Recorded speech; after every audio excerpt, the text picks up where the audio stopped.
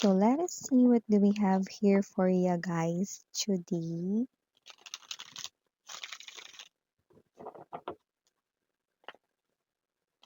Someone here could be preparing to make a movement. I just saw Nine of Wands energy.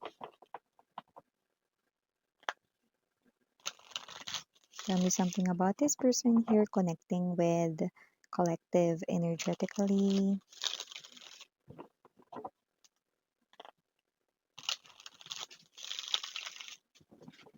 Okay, so let's go ahead and check this infos na ating na-getchings.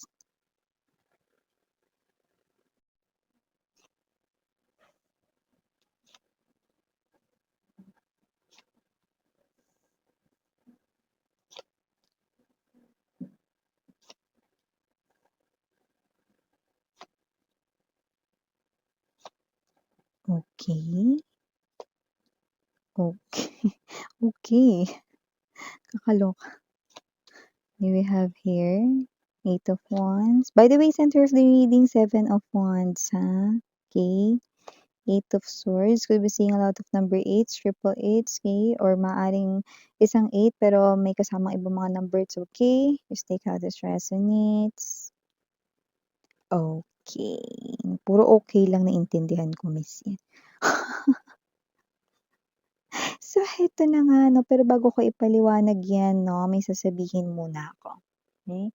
For a lot of you, okay, you will definitely see this reading bago kayo matulog.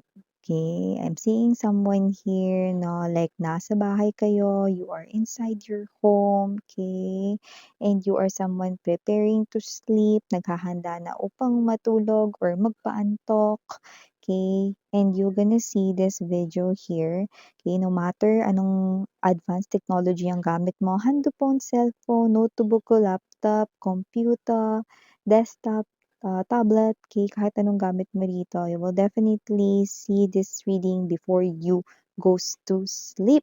Okay? Pero before anything else, no, bago tayo mag-dive deeper dito sa inyong reading, let me just make bate muna ang lahat. Hi and hello there everyone. My name is Yan. Welcome new subscribers, returning instant buyers. Thank you sa inyong walang sawang love at support for me. At kung di nyo pa alam mga basement pa po tayo other channel, link down below sa description box ng reading na ito. Kaya if interested, just click lamang yung link na yan para mapunta po kayo doon. Araw-araw nag-upload tayo ng collective readings for all signs there. And yes, mga babes natin, gender dito sa babae, lalaki, LGBT, lahat ay welcome. Pwede rin pong i-switch ang mga rules dahil possible magkapalit-palit kasi general reading ito. And at the end of the day, lahat ay may free will na free mong gamitin anytime, anywhere. Okay? Timeless din tayo dito, but for a lot of you, mostly hindi pa 'to nangyayari, so mangyayari pa lang dito. And aside from that, mga babes 'no, na makikita mo 'tong reading na 'to 'no, sa gabi or at night before you goes to sleep or nagpapaantok ka 'no. Meron din dito another sign, another hint 'no, na yung iba sa inyo maaring ito ay marami-raming mangyari 'no. Okay, I'm seeing calendar right in here 'no, at, ito ay, first week ng December 2025. For a lot of you, okay, let's say na maaaring marami-rami sa inyo ang makita nyo ito or mangyari ito, no? First week of December 2025. Okay, so let's get into the reading. We have here the Four of Cups energy, Seven of Cups right in here. Definitely, no, you will see this using the advanced technology now. And I'm also picking up that you are inside your home, inside here, yung bahay ninyo, may kasama man kayo or you're living together, doesn't have to be basta you're inside your home, nagpapaantok ka, no, and you're preparing to sleep. Okay? And meron dito, no, na mag-a-appear in front of your eyes, no? Kaya matakot. Hindi yan multo, hindi rin yan entity, no? Hindi rin yan bad omen or whatsoever, no? It's not that. Pero, this person here, no, might had ghosted you a message will appear, no? And yung iba sa inyo, this is a text message, this is a chat message, but this is something here na pwedeng phone call, yan, no? Tawag Okay, tatawagan kayo nitong person na 'to 'no, at nakikita natin dito 'no, na this person here ang dami niya ditong inilabas na lakas ng loob 'no, pero wala 'no, with the Three of Swords energy, okay, wala siya rito. Marami siyang gustong sabihin sa'yo 'no, pero hindi niya alam kung paano magsisimula 'no, kaya nakikita ko na very short lang yung message niya sa'yo like, I'm picking up, "Kamusta?" 'Yan oh, grabe pinag-isipan niya 'yan, Miss 'yan. Eh, actually marami siyang gustong sabihin sa'yo pero hindi niya alam kung paano magsisimula. So, this person here might ask you, "How are you?" or "Kamusta ka na? Kamusta ka?" Yun 'no. Yung iba sa inyo ayaw niya talaga na sagutin siya rito, pero yung iba sa inyo like You're you're not even thinking na kokontakin pa kayo nitong person na 'to. So, iba sa inyo may parang, habit kung saan parang nakasanayan niyo na kahit hindi kayo nakatingin sa phone ninyo, 'pag may tumawag sasagutin ninyo 'no, or 'pag may nag-chat bubuksan ninyo, babasahin ninyo 'no, matic na yon 'no. And then this is, someone here 'no, na posibleng tawag 'no, and tatanungin kayo kung kamusta na kayo 'no, and you're gonna remember that familiar voice 'no. So, nakita ko dito that you are naglalabas ng, angry energy, okay. Yeah, yeah, I just heard sungit 'no. So, puwedeng nagsusungit kayo rito.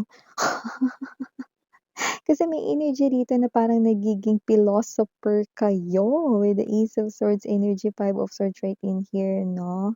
Okey ako, bago mo ako kamustahin, you know. See, kaya nakita ko dito mga babes 'no, na pagka kayo ay kinontak, chinat 'no, chat man ito or through voice call, okay, definitely meron kayong sasagot rito, okay, sa inyong thoughts or just you talking all by yourself, okay. Or puwedeng replying dito sa person na 'to, "Okey ako, eh, bago mo ko chinat. Okey ako, eh, bago ka tumawag. Alam ko okey ako, bago ka nag-reach out." 'Yan oh, see? But whoever this ex of yours, feeling niya inaabangan mo yung text niya. Feeling niya inaantay mo siyang tumawag sa'yo. Feeling niya waiting ka sa kanyang chat 'no. Feeling niya yeah, yeah, yeah, what's that 'no? I just heard tweet thumbs.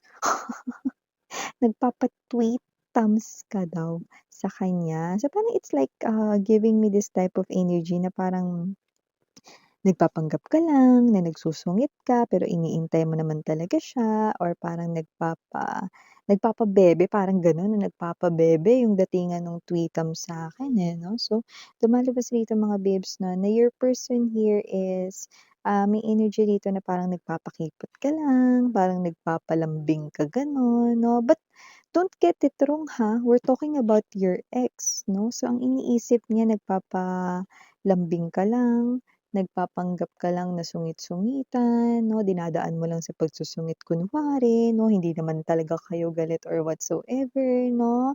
Pero parang ikaw, wow, stop the nonsense. Talagang pinaghihinalaan pa talaga niya ako, Miss, yan na nagpapanggap akong galit sa kanya. Talaga ba after niya akong i-ghost dito or after niyang mawala na parang bula ng Tide Taba or Ariel powder, hindi po ako endorsers ng mga yan 'no, pero matapos niyang mawala, Miss, yan. Talagang ini-expect niya na nagpapanggap lang ako, na hinihintay ko siyang bumalik. What? Yeah, definitely yun yung kanyang naiisip rito 'no, na super happy mo raw with the rainbow color here na nag-message siya sa'yo, yun ang iniisip niya na super happy ka deep down inside na kinontak ka na niya. So, medyo mahangin dating ng person mo rito 'no, kaya nakikita ko na parang manggagalaiti ka lalo 'no, sa pagkabwisit, pagkainis at le-level up ito 'no, sa pagkagalit dito 'no. So, kung sino man 'tong energy na 'to 'no, this is someone here na kaya niya kayo kinontak or kokontakin, it is because of this Ten of Wands energy. Ayan. This is the energy here of someone who wants to go back home, okay, or makabalik dito sa buhay ninyo, okay. Dahil this person here is someone 'no, na na-realize niyang nagkamali siya sa life. However, siya yung klase ng energy na kahit na-realize niya nagkamali siya sa life or nagkamali siya sa pagpili or nagkamali siya sa desisyon niya kasi pala desisyon siya dati, this is not the energy here of someone who will definitely nagbago, na magiging iba yung pakikitungo niya sa'yo, na mas magiging sweet siya sa'yo, mas magiging mabait siya rito, mas magiging caring, mas magiging loving. No, this person here nakikita ko tamad siya at kung dati 'no, kung paano siya sa relationship niyo gano'n pa rin and now this person here is asking, to come back into your life. Like let's say ang dami niya ditong gustong sabihin pero kamusta lang or how are you ang nasabi niyo, what? 'Di ba? This is the type of person here na gustong makabalik sa life ninyo pero gusto pa rin kayong bigyan ng less than what you deserve. Okay, think about it, not just twice, not just thrice, okay? But 100 times more, no? Think about it, okay? Kaya yung galit niyo dito ibang level, eh, kasi hindi ko alam kung saan kumuha ng kakapalan ng balat ito, no? Okay, hindi ko alam kung sa alligator ba, sa buwaya, 'di ba? Okay?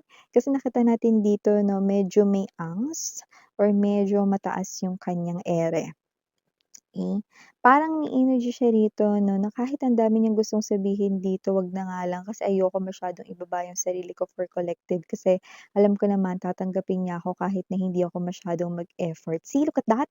Kahit hindi ako masyadong mag-effort, Three of Cups energy 'no, makikipag-reconcile at makikipag-ayos pa rin sa akin si collective. Look at that confidence here 'no. So, I do see 'no, na ito kayo 'no, kalmado ang gabi ninyo, papahinga kayo, papaantok 'no, nagre-relax, chill-chill 'no, at titingnan 'no or tinitingnan na pabalik-balik 'no, yung butiki 'no, sa kisame. Ayan na, 'di ba? Habang hinihintay ninyong antukin kayo natapos eto, 'di ba? Eto yung inyo rito 'no, na matatanggap na communication, conversation 'no. This is the type of, situation 'no, na mangyayari habang kayo ay nagre-relax 'no. So, hindi ito nakaka-relax 'no, at hindi ko nakikita rito na kayo ay, kakalma 'no.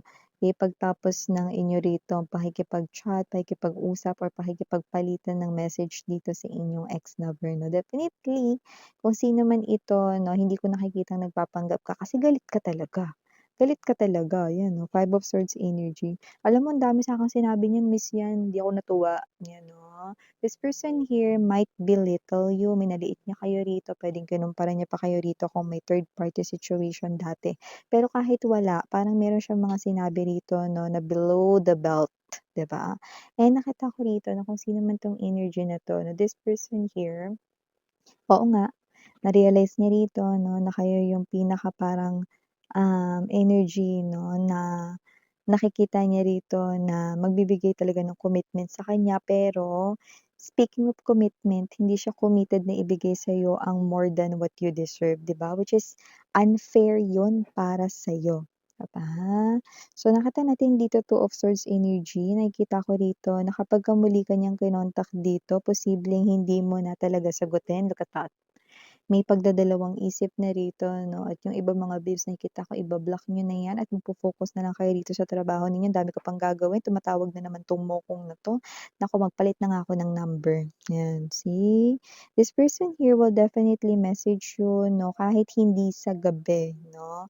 After this na ma-receive mo 'to sa gabi 'no, magme-message pa yan siya sa'yo 'no, morning, afternoon, the next day 'no, and even the next day of the next day 'no, and this person here will continue to do that. Hangman energy, I do see that this person here is someone who's bored sa kanyang life, no, but isn't comfortable. So look at that, okay? Tignan mo yung paa, no, naka-D4 pa dito, no. Okay, prenting-prente. So nakita natin dito na kung sino man 'tong energy na 'to, no. This person here is someone who could be not doing anything. Possible rin na meron ditong energy na may energy rito na parang may kinalaman sa trabaho niya, I don't know, nawala or nag-resign siya or may energy rito na parang nagkaroon ng pause or nahinto rito yung pinagkakakitaan niya, 'yan 'no. Parang nabo siya dito, wala siya masyadong ginagawa. That's for few of them 'no, maaaring sign yun dito 'no or parang siya ito hindi pumapasok sa work kasi tinatamad siya, may energy-ng gano'n 'no. Four of Swords energy is an energy here of parang, "Today I don't feel like doing anything," Bruno Mars. So, sino man 'tong energy na 'to, Four of Swords, okay? This person here parang may energy kasi siya rito na nung time na nasa poder mo siya or nung kayo pa boyfriend, girlfriend mo siya or asawa mo siya 'no, nagsasama pa kayo, parang hindi niya kailangan masyadong kumilos, hindi niya kailangan masyadong gumalaw, hindi rin niya kailangan rito masyadong gumastos, kasi ikaw na lahat yun, eh. Ikaw na lahat gumagawa nun halos, eh, 'no? So, nakita natin dito na parang nabo-bored siya ngayon sa life niya, na ayaw niya masyadong magkikilos-kilos, meron pa dito talaga nag-resign sa work nila or yung iba may trabaho hindi pumapasok, ano ba 'to, 'di ba? Pero kung makapag-shopping, yun oh, may lumabas kasi dito mga babes 'no, na nagsho-shopping siya dito online, possible na Shopee yan, Lazada, Zalora 'no, TikTok, yan tingnan mo, 'di ba? Maluho tapos ano 'di ba, hindi pumapasok sa trabaho, aba, anak mayaman 'to. Feeling anak mayaman, 'di ba? So, gusto niya magbalik sa buhay na, nung time na kasama ka niya. Kasi nung time na kasama ka niya, hayahay ang buhay niya, 'yan. Hayahay buhay niya, paano buhay mo? Isipin mo maigi, 'di ba? So, yeah, for the initials right in here, yes, we do have unang-una na letter D. We also have here letter N. Andito letter A. For some reason, letter A, it's in capital letters. So just take only what's resonate, okay? And aside from those, we have letter Q. We have here letter Y. We also have here the letter C. And last but not the least, we have the letter S. And yeah, we also have here number, okay? We have here number 8 kanina and also number 3. This person here now with the number 3 right in here na could be in his or her 30s, early 30s, okay? But doesn't have to be. Okay, wala tayong age sa tarot, pero maaaring nakakita rin siya ng a lot of number 3s. But definitely, 3 is the spiritual number of this person here. Gusto niya rito na parang gumanda, bumalanse yung buhay niya 'no, pero gusto niya iba yung maghirap.